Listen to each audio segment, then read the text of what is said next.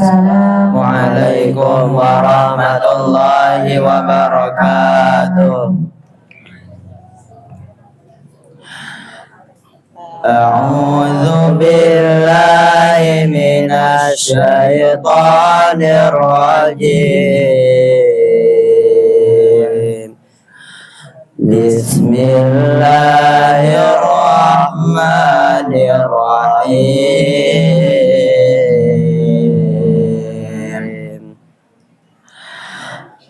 Alladzina idza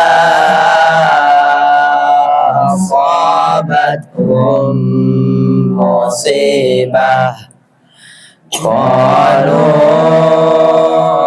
inna lillahi wa inna ilaihi raji'un.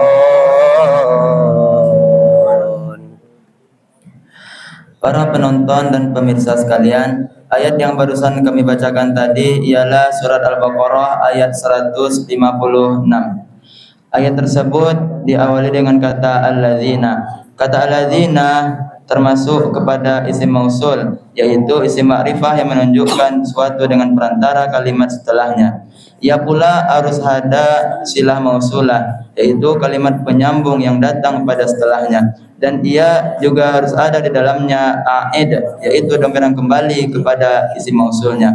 Sebagaimana yang dijelaskan dalam kitab Nahul Wadi pada bab al-mausul, al-ismul mausulu ismun ma'rifatun yata'ayyanul maqsudu minhu bi jumlatin ba'dahu tusamma sillah. Yajibu an tashtamila sillatu ala dhamirin ya'udu 'ala al-mausuli tusamma a'idan. Dijelaskan juga dalam kitab Alfiyah karangan Imam Ibnu Malik pada bab al-mausul bait ke-96 sampai 97 yang berbunyi wa kullu yalzimu ba'dahu silah ala dhamirin lahiqin mustamila wa jumlatun aw shibu alladhi wasil bika man indil ladhi ibnuqubin wa kullu yalzimu ba'dahu silah ala dhamirin lahiqin mustamila wa jumlatun aw shibu alladhi usir bika man indil ladhi ibnuqubin wa kullu ayazimu ba'da wasila ala dhamirin lahiqin mustamila wa jumlatun aw shibu alladhi usir bika man indil ladhi ibnuqubin. Isim mausul pada ayat ini menempati posisi nasab karena dijelaskan dalam kitab I'rabul Quran ia menjadi sifatul sabirin, sifat bagi orang-orang yang sabar. Maka seakan-akan susunannya ialah wabasyiris sabirin alladzina idza asabatuhum musibah. Jadi pada intinya ayat ini menjelaskan bahwa orang yang benar-benar pantas disebut sebagai orang yang sabar ialah orang yang ketika ditimpa musibah ia mengembalikan semuanya kepada Allah Subhanahu wa taala. Ya, dalam ilmu nahwu idza di sini berfungsi sebagai dzarf zaman. Sebagaimana dijelaskan dalam kitab Nahwu Wadi bahwasanya ismun mansubun yubayinu zamanil ladzi hasala fihi al-fi'la. Al-dzarfu zaman ismun mansubun yubayinu zamanil ladzi hasala fihi al-i'la. Dan juga idza di sini juga mengandung makna syarat. Sebagaimana dijelaskan dalam kitab Alfiyah Ibnu Malik pada bab maf'ulun fi wa yusamma dzarfan yang berbunyi az-dzarfu waqtun aw makanun domina bi bi'tiradin ma'una mudaduna mantiqu bil waqti bi muzara kana wa illa bi muqaddara. Dan huruf kata idza dalam ayat ini dijelaskan di dalam kitab tafsir I'rabul Quran, yaitu idza zarfuz zaman mabniun ala sukun al mustaqbali bi makna syarti. Lalu mengapa di ayat ini Allah menggunakan kata idza bukan in? Karena penggunaan kata idza biasa digunakan untuk kejadian yang belum pasti terjadi atau jarang terjadi. Sedangkan kata idza menunjukkan makna kejadian yang pasti terjadi. Karena itulah Allah menggunakan kata idza, karena memang musibah atau kematian sudah pasti akan mendatangi manusia. Lalu pada kata idza terdapat hukum tajwid, yaitu mat tabi atau mat asli, yang dimana hukum tajwidnya yaitu dibaca panjang 2 harokat, sebagaimana dijelaskan di dalam kitab Tuhfatul Atfal karya Imam Sulaiman Al-Jamzuri pada bab aqsamul mad pada bait 35 sampai 37 yang berbunyi wal madu asliyun wa bariyun la wa sami awalan tabi'an la malatawakun lahu ala sam wala biduni rokoto jata walayu arfin qayyandin auto pada marjin katabi hidayah walayu arfin qayyandin auto pada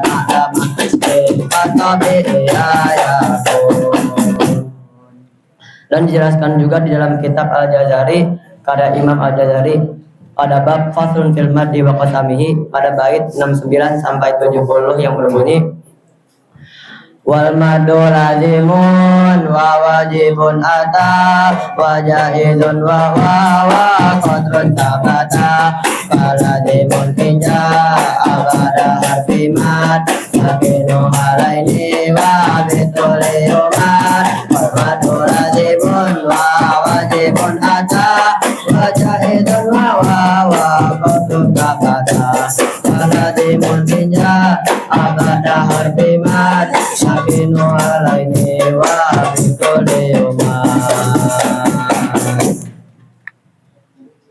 Asabatum.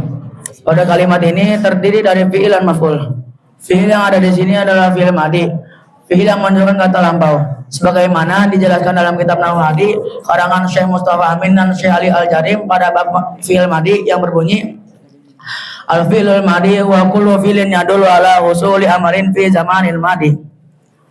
Dan dijelaskan juga dalam kitab Imriti karangan Syarafuddin Yahya Al-Imriti pada bab afal bait 88 hingga 89 yang berbunyi af'aluhum thalathatun fil waqi'i fal madhu maktun akhirin qati al mu'marin muharikin bihi rufi fal madhu maktun akhirin qati. Dan pada kata hum di sini adalah dhamir baris muttasil yang menempati posisi maf'ulun bih. Maf'ulun bih adalah isiman mahsub yang menjadi korban dari sesuatu perbuatan. Sebagaimana dijelaskan juga dalam kitab Nahwu Hadi pada bab maf'ulun bih yang berbunyi al maf'ulun bih ismun mansubun wa qala fi'lun fa'il. Lalu di sini Allah menggunakan kata asaba bukan ba'u wa qa'a atau nazalah. Karena kata asaba menunjukkan sesuatu itu benar-benar mengenai sasarannya, bukan sekedar mendekat. Allah mengatakan asabatu musibatun. Allah mengatakan asabatu musibatun maknanya adalah musibah. Itu benar-benar mengenai sasarannya. Dan memberikan makna tidak ada seorang pun yang luput dari ujian Allah Subhanahu wa taala termasuk kematian. Setelah ada fi'il dan maf'ul, maka pada kata selanjutnya terdapat fa'il, yaitu musibah. Fa'il adalah pelaku dari suatu perbuatan, sebagaimana yang dijelaskan di dalam kitab Nahwul Wadih pada bab al-fa'ilu. Al-fa'ilu ismun marfu'un taqaddamahu fi'lun wa dalla 'ala alladhi fa'ala al-fi'la. Dijelaskan juga dalam kitab Imriti pada bab marfu'atul asma pada bait 106 sampai bait 109. Fal fa'ilu ismun mutlaqan qadir kama fi'lihi wal fi'lu qablahu wa wajibun fil fi'li ayyujarrada dari jam'in aw mutanan tidak taqul atal zaidan wa zaidun ada zaidun wa yati akun wa qasamu qahiran hamutnara wa qahirul lafzul ladhi qad dhukira. Dijelaskan juga dalam kitab Alfiyah Ibnu Malik pada bait 225 sampai bait 226. Al-fa'ilul ladhi kamarfu'ayata zaidun muniran wa dununi halkata ba'da fi'lin fa'ilun fa'il dhaha wa illa dhamirun kata. Kata musibah memiliki makna cobaan, dan di dalam Al-Quran banyak sekali kata yang memiliki makna cobaan atau ujian, seperti balaun, asyarru, al-karbu, al-darru, al-baksa, al-adab, al-ghammu, dan al-fitnah. Lalu apa perbedaannya? Dijelaskan di dalam kitab Mufradat Al-Fadhil Quran pada halaman 145. Kata balaun dijelaskan, yaitu balat taubu balan wa balaan, yang bermakna pakaian yang rusak atau rusak. Secara bahasa, kata ini berakar kepada kata yang bermakna kerusakan, seperti pakaian tua. Konsep ini menggambarkan bahwasanya cobaan hidup manusia yang akan menguji mental serta kondisi seseorang. Kemudian kata asyarru masih di kitab yang sama pada halaman 448, bahwasanya asyarru alladhi yurghabu anhu kullu. Asyarru adalah sesuatu yang dijauhi atau dihindari seluruh orang. Kemudian kata al-karbu masih di dalam kitab yang sama pada halaman 706. Al-karbu yaitu al-ghammu syadid atau kesedihan serta penderitaan yang amat sangat dahsyat. Yang keempat, kata al-darru dijelaskan di dalam kitab yang sama pada halaman 503. Al-darru su'ul hali imma fi nafsihi liqillatil ilmi wal fadli wal 'iffah wa imma fi badanihi li'arbi jarihatin wa naqsin wa imma fi halati dhahiratin min qillati malin wa jahin. Al-darru adalah kondisi yang sangat buruk, dan buruknya kondisi ini bisa dikarenakan karena 3 hal. Pertama, jiwa, karena kekurangan ilmu, fadilah, dan wibawa. 2, tubuh, bisa karena cacat fisik atau memang dia sakit. 3, kondisi dari luar, karena kekurangan harta atau kehormatan diri. Selanjutnya kata al-baksa masih dalam kitab yang sama pada halaman 153, bahwasannya al-baksa asyiddatu wal makruh wal baksa fil nikah. Al-baksa adalah suatu kesulitan dan hal yang paling dibenci. Al-baksa biasanya digunakan untuk penderitaan akibat siksaan atau balasan. Yang keenam, al-adab.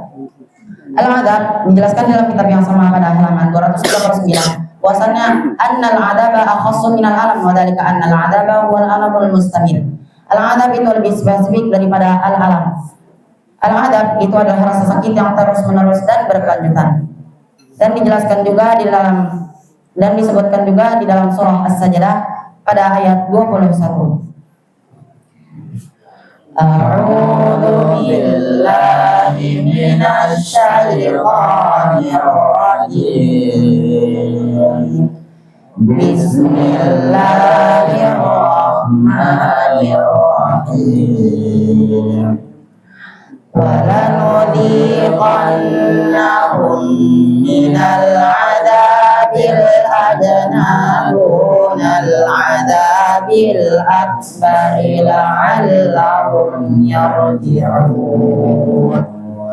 Allah Subhanahu wa taala menyebutkan di sini al-adabil adna dan al-adabil akbar. Lalu apa perbedaannya? Dijelaskan di dalam kitab tafsir Al-Kasyaf an Haqaiqit Tanzil wa Uyunil Aqawil fi Wujuhit Ta'wil, bahwasannya dijelaskan di halaman 844, al-adabul adna yakni al-adabud dunya qabla al-adabud dunya minal qatli wal asri wa ma mahilu bih minas sana 7 sinin wa an Mujahid radhiyallahu anhu adabul qabr. Adabul adna adalah adab dunia yang berupa kematian, penawanan serta paceklik selama 7 tahun berturut-turut. Dan menurut Imam Mujahid radhiyallahu anhu, al-adabul adna atau al-adabul dunia ini adalah adab kubur. Selanjutnya al-adabul akbar, yakni al-adabul akhirah, ay nudhiqumul adabad dunya qabla ay yasilu ilal akhirah. Allah terlebih dahulu mengazab di dunia, baru Allah mengazab kekal selama-lamanya di akhirat. Selanjutnya kata al-ghammu. Al-ghammu adalah satrus syai', menghalang sesuatu. Ini tercantum pada halaman 613 pada kitab Mufradat Al-Fadhil Quran. Yang terakhir kata al-fitnah. Dijelaskan di dalam kitab Al-Furuqul Lughawiyyah li Abi Hilal Al-Askari pada halaman 217. Annal fitnata asyaddul ikhtibar wa ablaghu wa asluhu ardud dhahab 'ala an-nari litabayyana salahahu min fasadi. Fitnah itu adalah ujian yang sangat buruk dan sangat menyulitkan. Fitnah itu asal katanya dari emas yang dipanaskan oleh api untuk menjelaskan kualitasnya dari kerusakannya. Qalu, kata ini sama dengan kata sebelumnya, yaitu fi'il madhi yang menunjukkan makna lampau. Bagaimana dijelaskan dalam kitab Nahul Wadi, yaitu الفعل الماض هو كل فعل يدل على حصول عمل في زمان الماضي.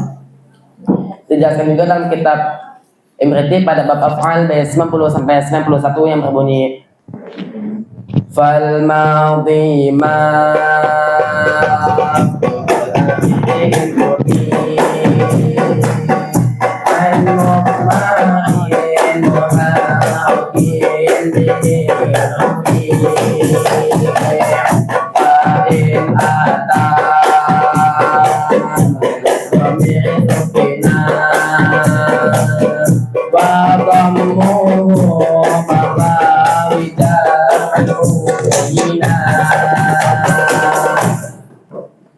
Dijelaskan juga dalam kitab Alfiyah bin Malik pada bab Al-Kalam wa ma ta'allama minhu bait 12 sampai 13 yang berbunyi siwa huma hafuka hal wa fi wala bilam kayasha wa mafiyal antari bital musir dinuni bilal amri in amwan kohim siwa huma hafuka hal wa fi wala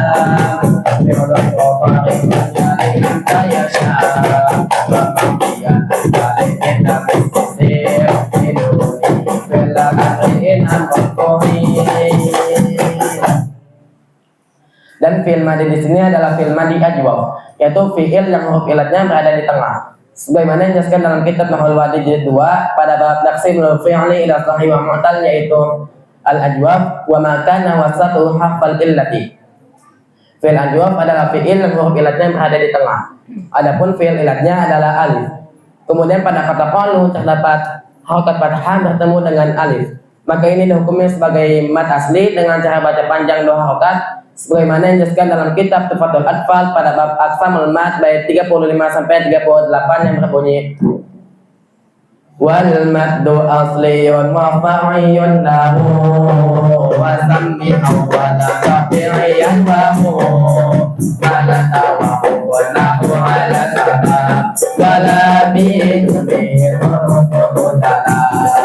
walai wa benwari amdin awsukun jabada masin fatabi'i yayamun walai wa benwari amdin awsukun jabada masin fatabi'i yayamun. Kemudian pada akhir kata terdapat huruf mad bertemu dengan hamzah, maka ini hukumnya sebagai mad jaiz munfasil dengan cara baca panjang per harokat sebagaimana yang dijelaskan dalam kitab Tufatul Atfal pada bab Ahkamul Mad bait 44 sampai 45 yang berbunyi wajaizun madun wa qasrun infusil kulun bi kalmatin wa hadal munfasil wa mithlu da'in ma'afas sukunu wa falta ta'lamun anasta'inu wajaizun madun wa qasrun infusil kulun bi kalmatin wa hadal munfasil wa mithlu da'in ma'afas sukunu wa falta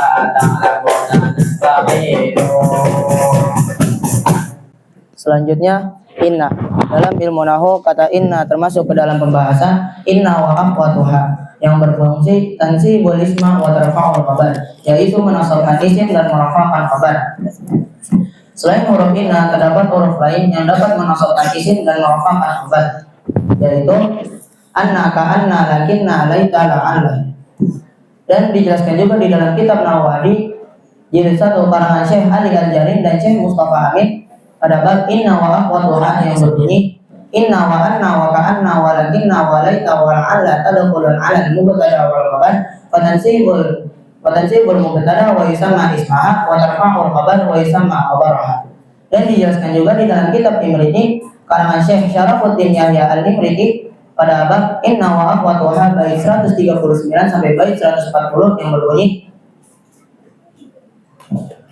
tansibul inna mubtada wal khabar tarfa'ahu wa inna zaidan wa mithlu inna anna laita bil wa makaka anna lakinna innal mubtada wal khabar tarfa'ahu wa inna zaidan wa mithlu inna anna laita bil wa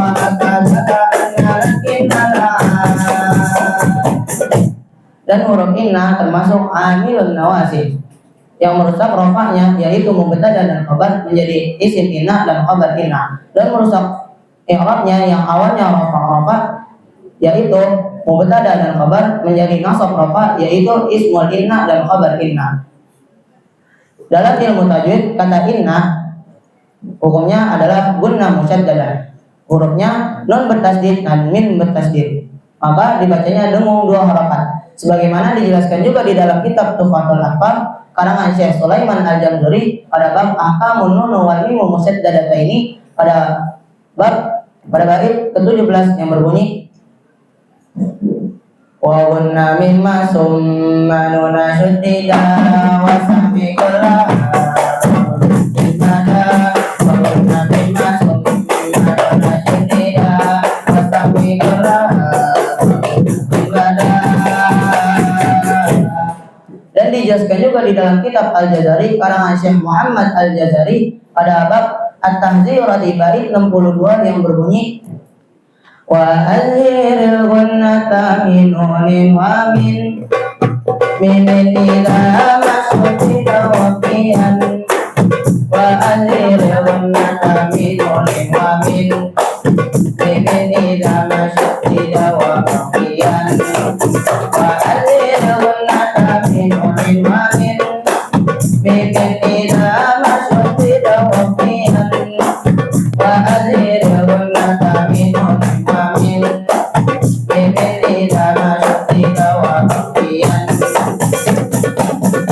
dan i'rab inna adalah inna harfu nasbin wa tawkidin mabniun 'ala al-fathi wa tansibul isma wa tarfa'ul khabar wa na dhamirun muttasilun mabniun 'ala sukun fi mahalli nasbin ismul inna.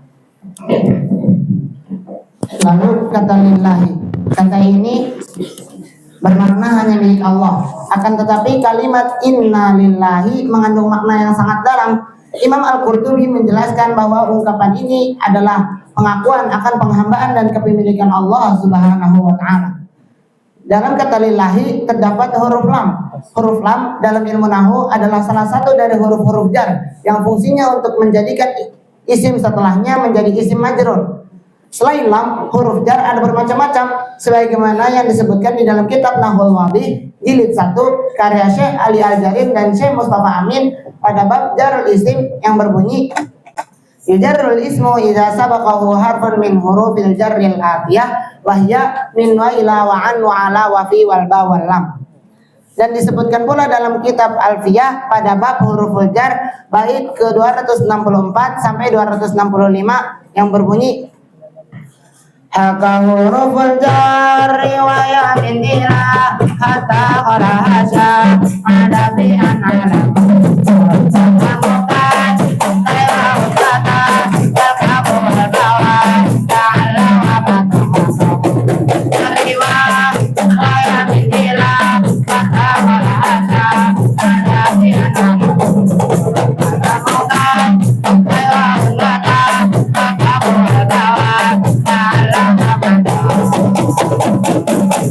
Lalu lafaz Allah di sini menjadi isim majrur yang dijarkan oleh huruf jar, yaitu lam.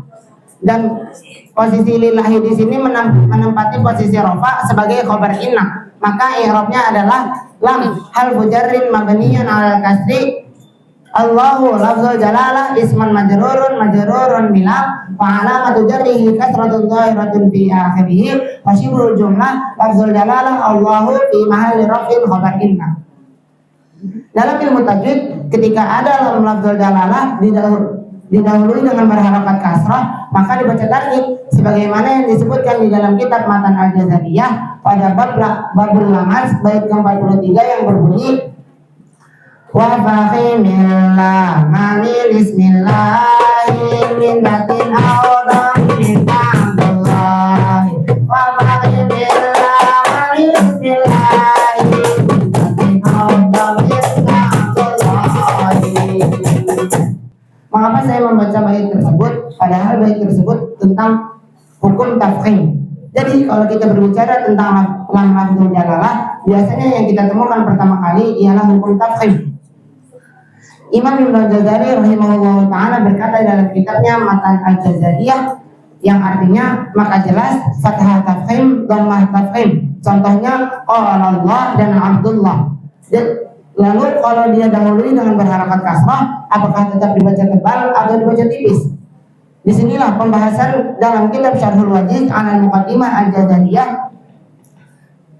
karya Profesor Dr. Ghani Muqadduri Al-Hamad pada bab tafhim halaman 71. Beliau mengatakan walam yadhkurun nazimu fil masni hukmiha tarkibiha ihalatan ala asliha al-ittifa'an bimafhumi mantuqin hukmiha, yang artinya nazam tidak menyebutkan hukum tarki dalam matan, akan tetapi mengembalikan kepada hukum asalnya atau karena mencukupkan dengan pemahaman hukum yang telah disebutkan. Jadi perhatikan baik-baik, tidak disebutkannya tarkik di sini bukan berarti tarkik itu tidak ada, tapi tarkik dapat dipahami dari susunan bait tersebut. Lalu beliau mengatakan pula, famafhumu kalamihi annahu law taqaddamat kasratun fa innaha takunu muraqabatan. Maka yang dapat dipahami dari perkataannya, apabila didahului dengan kasrah, lam tersebut dibaca dengan tarkik. Nah, disinilah jawaban pertanyaan kita. Kalau di dalam matan Al-Jazariyah tidak disebutkan waraqiqil lama, maka kita mengetahui dari mana tarkiknya. Jawabannya dari mafhum bait tersebut. Imam Ibnu Al-Jazari mengatakan dalam kitabnya min fathin aw dhammin, yang artinya apabila didahului dengan berharakat fathah atau dhammah maka dibaca tafkhim. Lalu jikalau didahului dengan berharakat kasrah fa innaha takunu muraqaqatan, lamnya dibaca dengan tarkib. Jadi kita membacanya seperti lillahi billahi bismillahi dengan lam lafzul dalalah yang tipis, bukan dibaca seperti lillahi billahi bismillahi. Jadi jangan kita sampai mengatakan tidak ada bait yang menjelaskan tentang tarkib lam lafzul dalalah, akan tetapi kita mengatakannya matan Al-Jazariyah tidak menyebutkan tarkib secara langsung, namun dengan pemahaman bait hukum tafhim. Dan ini bukan sekedar kesimpulan kata, akan tetapi pencara mengatakan famafhumu kalamihi annahu law taqaddamat kasratun fa innaha takunu muraqqaqatan. Dan dari sini kita bisa membuat kaidah yang sederhana, yaitu apabila didahului dengan fathah atau dhammah maka dibaca tafhim, dan jika didahului dengan kasrah maka dibaca tarkib. Dan dari sini kita bisa menyimpulkan satu kasrah yang berada sebelum lafaz dalalah menentukan cara membaca hukum lamnya. Selanjutnya wa inna. Pada kata wa inna di sini merupakan kata yang masih berkaitan dengan kata sebelumnya, karena terdapat huruf waw. Huruf di sini merupakan waw ataf yang berfungsi untuk menyambungkan satu kata dengan kata yang lainnya.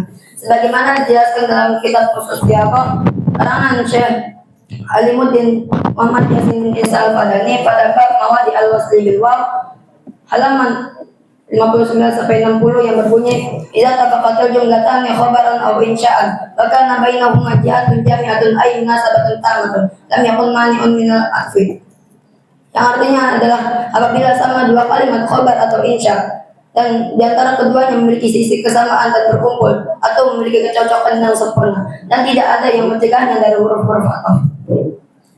Sebenarnya huruf ataf itu ada bermacam-macam, sebagaimana dijelaskan dalam kitab Nahwadi jilid ketiga karangan Syekh Ali Jarid dan Syekh Mustafa Amin pada bab al-atfu yang berbunyi al-atfu tabi'un yatawassatu bainahu wa bainal matbu'i ahadu hadhihi hurufi wa hiya al-wawu wal fa'u wa aw wa am wa thumma wa bal wala walakin wa hatta.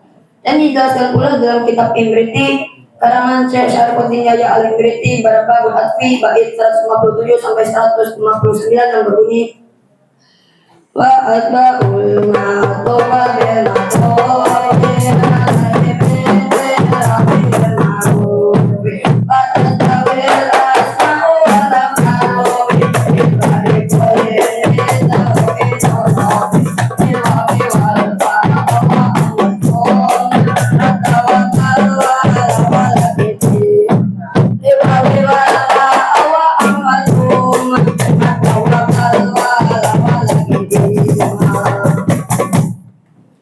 maka i'rabnya adalah wa harfu atfin mabniin ala fathila mahalla lam yati i'rab. Inna harfu nasbin wa tawkidin mabnin ala fathi tansibul isma wa tarfa'ul khabar. Wa inna dhamirun barizun muttasilun mabniun ala sukun fi mahalli nasbin ismu'in. Sedangkan hubungan atofnya pada kalimat inna ilaihi raji'un ma'tufun ala jumlati qablaha. Jadi kata inna yang kedua bukan hanya diatofkan pada kata inna yang pertama secara sendirian, tetapi pada kalimat inna ilaihi raji'un diatofkan pada jumlah inna lillah.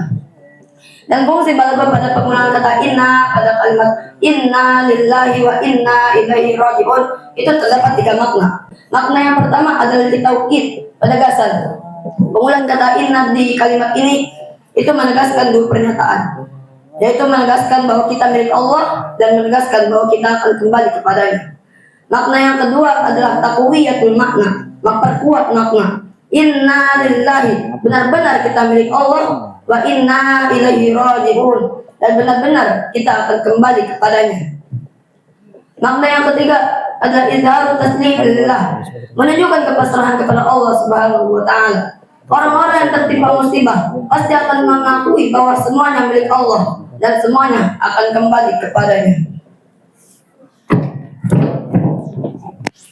Ilaihi dalam ilmu nahwu dijelaskan sebagai huruf jar, dan huruf jarnya ada 12. Bagaimana i'rabnya ialah harfun jarin mabniun ala sukun wal ha'u dhamirun barizun muttasilun mabniun ala kasri fi mahalli jarin ismun majrur. Dan dijelaskan pula dalam kitab Alfiyah Ibnu Malik pada bait 364 sampai 365 yang berbunyi haka huruful jari wa yamin ilah atakhlaha sa'ada fi an ala muslim darabballah wa wata wa kabu wal bawal ala wa mata haka huruful jari wa yamin ilah atakhlaha sa'ada fi an ala muslim darabballah wa wata wal kabu wal bawal ala wa mata.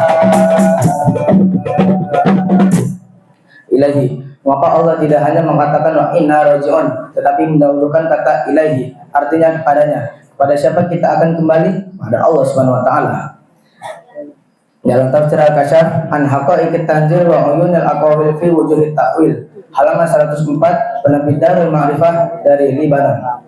Dijelaskan al-istirja bukan sekedar hanya ucapan ketika tertimpa musibah yang merupakan pengakuan seorang hamba bahwa dirinya milik Allah dan tempat kembalinya hanyalah Allah Subhanahu wa taala. Karena itu Allah berfirman, "Inna lillah", sesungguhnya kami milik Allah, kemudian wa inna ilaihi raji'un, dan sesungguhnya kepadanya kita akan kembali kepadanya. Kata ini menunjukkan arah tujuan kepulangan kita, bukan kepada dunia, bukan kepada manusia, tetapi kepada Allah Subhanahu wa taala. Bahkan di dalam tafsir yang kita bahas disebutkan bahwa orang yang mengucapkan kata istirja ketika tertimpa musibah, kemudian bersabar dan mengembalikan semua urusannya kepada Allah, maka Allah akan menggantikan yang lebih baik dan menggantikan pengganti yang ia ridhai. Jadi ketika terkena musibah, jangan hanya melihat apa yang hilang dari kita, tetapi ingatlah kata ilahi, kepadanya kita akan kembali. Maka musibah bukan hanya tentang kehilangan sesuatu, tetapi sebuah mengingat kemana sebenarnya perjalanan kita akan berakhir. Ayat ini diakhiri dengan kata raji'un. Dalam kitab Mufradat Al-Fadil Quran karya Al-Imam Ar-Raghib Al-Asfahani, raji'un asalnya adalah ar-ruju'. Ar-ruju'i al-audu ila ma kana minhu al-badalu, yakni kembali kepada tempat yang dari kita berasal, yaitu kembali kepada Allah Subhanahu wa taala. Di dalam kitab yang sama juga dijelaskan beberapa kata yang memiliki makna yang sama secara bahasa dengan raji'un, tetapi berbeda secara pengertiannya. Yang pertama ada al-awbu, darbun minar ruju'i, wa dhalika anna al-awba la yuqalu illa fil hayawan alladhi lahu iradatun. Al-awbu adalah salah satu bentuk kembali, dan ia tidak dikatakan melainkan hanya untuk makhluk bernyawa yang memiliki kehendak. Awwab ada isim fa'il dari awbu yang bermakna orang yang sadar betul akan kesalahannya, maka ia kembali kepada Allah Subhanahu wa taala secara sukarela dengan menjalankan ketaatannya dan meninggalkan maksiat. Yang kedua, an-nawbu, ruju'u syai'i marratan ba'da al-ukhra. An-nawb berasal dari kata naba yanubu naban yang bermakna kembali. dan kembalinya itu berbentuk secara berulang-ulang, yaitu kembali kepada jalan Allah Subhanahu wa taala secara terus-menerus atas segala kesalahan yang telah dilakukan. Kemudian yang ketiga, at-taubu, tarkut dhanbi ala ajmalil wujuhi, yaitu meninggalkan dosa dengan cara yang paling elegan dan paling indah, yaitu meninggalkan dosa karena sadar hal itu buruk, menyesal atas perbuatan yang telah lalu, bertekad untuk tidak mengulangi, serta berusaha memperbaiki apa yang masih bisa diperbaharui. Syurutut taubatu salasatun, ahaduha an ya'liqa 'anil ma'siyati, wasani an yandama 'ala fi'liha, wasalisu an ya'zima an la ya'uda ilaiha abadan. Wa in kanat al-ma'siyatu tata'allaqu bi adamiyyin fa syurutuha arba'atun. Hadhihi as-salasatu wa an yabra'a min haqqi sahibiha. Syarat taubat ada 3. Yang pertama adalah mengakui perbuatan dosa lalu tidak melakukannya kembali. Yang kedua, menyesal atas perbuatannya. Yang ketiga, bertekad kuat untuk tidak mengulangi selama-lamanya. Jika seandainya perbuatan dosa itu berkaitan dengan manusia, maka syaratnya menjadi 4. 3 syarat yang disebutkan sebelumnya, dan yang keempat adalah mengembalikan hak kepada pemiliknya lalu meminta maaf kepadanya. Syarat-syarat taubat yang disebutkan tadi dijelaskan di dalam kitab Riyadhus Shalihin min kalami Sayyidil Mursalin, karya Al-Imam Abu Zakaria Yahya bin Sharaf An-Nawawi Ad-Dimashqi, terbitan Ad-Dar Al-Alamiyah pada halaman ke-18. Kemudian kata yang keempat ada ar-raddu, sarfu syai'i bidatihi min ahwalihi, sarfu syai'i min bidatihi min wahalatin aw ahwalihi, yaitu memalingkan atau menolak wujud fisiknya maupun mengubah keadaannya. Kemudian yang kelima, wa minhu sirul baba limasirihi alladhi yantahi ilaihi fi tanaqqulihi aw taharrukihi.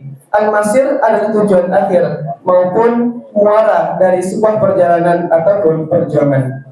Menurut ilmu nahwu, kata raji'un pada ayat ini menduduki posisi sebagai khabar inna yang marfu dengan tanda rafa'nya adalah huruf waw dikarenakan ia berbentuk jamak mudzakkar salim, sebagaimana dijelaskan dalam kitab Nahwul Wabi pada bab i'rab jam'ul mudzakkar salim.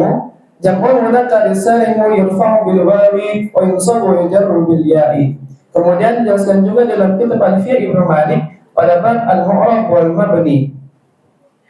Warfa biwawin wa biyajwan sibi salim jami'a bin wa mujibi wasyir bidaini wa bibin suna wa rakulis wa aduna unu wa adamuna iliyuna wa awatuna syadda sinuna unu wa adamuna iliyuna wa awatuna syadda sinuna.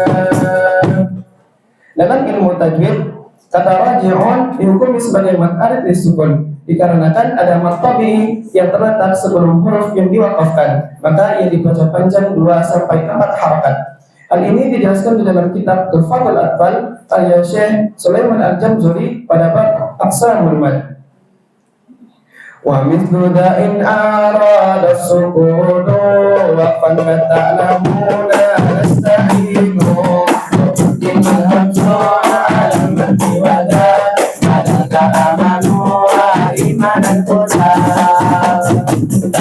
Kemudian dijelaskan juga di dalam kitab Al-Jazari karya Syekh Muhammad Al-Jazari pada babul madad. Wa jaizun idza atamun fasila aw arada sukun wa muskala wa jaizun idza atamun fasila aw arada sukun wa muskala. Di dalam hadis Rasulullah Shallallahu Alaihi Wasallam, beliau pernah bersabda, "Ajaban li amril mu'min, inna amrahu kullahu lahu khairun, wa laysa dzalik illa al-mu'min. In asabathu sarra'u syakara, fakana khairan lah, wa in asabathu dharra'u sabara, fakana khairan lah." Rawahu Muslim. Sungguh menakjubkan urusan seorang mukmin.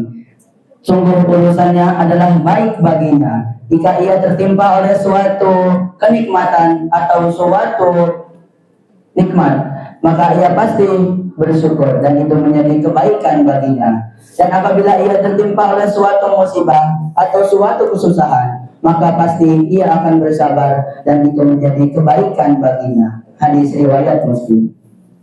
Jadi, bagi seorang mukmin, musibah hanyalah perpindahan dari sesuatu yang baik menuju kebaikan yang lainnya, atau perpindahan dari sesuatu yang baik menuju sesuatu yang jauh lebih baik. Di dalam ayat yang sedang kita kaji ini juga terdapat satu kalimat yang Allah ajarkan kepada kita agar keluar dari lisan kita ketika musibah datang, yaitu alladzina idza asabathum musibah qalu inna lillahi wa inna ilaihi raji'un, yaitu orang-orang yang apabila mereka tertimpa musibah mereka berkata inna lillahi wa inna ilaihi raji'un. Perhatikan para hadirin, mengapa Allah tidak mengatakan alladzina idza asabathum musibatun hazan, yaitu orang-orang yang apabila tertimpa musibah mereka bersedih, padahal bersedih itu adalah manusiawi. Nah, di sini Allah memperkenalkan respon seorang mukmin ketika musibah datang, yaitu dengan mengatakan inna lillahi wa inna ilaihi raji'un. Kita ini milik Allah dan hanya kepada Allah kita kembali. Maka seakan-akan ketika musibah itu datang, seorang mukmin sedang mengingatkan dirinya sendiri, aku bukan kehilangan sesuatu yang benar-benar milikku. Karena sejak awal semuanya adalah milik Allah. Kesehatan milik Allah, keluarga milik Allah, harta, tahta, jabatan, bahkan diri kita sendiri adalah milik Allah. Maka ketika Allah ingin mengambil kembali sebagian dari apa yang Ia berikan kepada kita, kita wajib berkata inna lillah, semuanya milik Allah, dan kemudian wa inna ilaihi raji'un, dan hanya kepada Allah semuanya itu dikembalikan. Dalam hadis Rasulullah SAW, beliau pernah menyampaikan kabar gembira kepada kita, yaitu para umatnya di dalam hadisnya, ma min muslimin nasibatun musibatun fayaqul ma amarahullah inna lillahi wa inna ilaihi raji'un Allahumma ajurni fi musibati wa akhlif li khairan minha illa akhlafallahu lahu khairan minha. Tidaklah seorang mukmin tertimpa musibah kecuali ia mengatakan apa yang diperintahkan oleh Allah, yaitu dengan mengatakan inna lillahi wa inna ilaihi raji'un. Kemudian dia berdoa dengan doa yang diajarkan oleh Rasul, yaitu Allahumma ajurni fi musibati wa akhlif li khairan minha. Ya Allah, berilah aku pahala dalam musibahku ini dan gantilah dengan sesuatu yang lebih baik darinya. Hadis riwayat Muslim.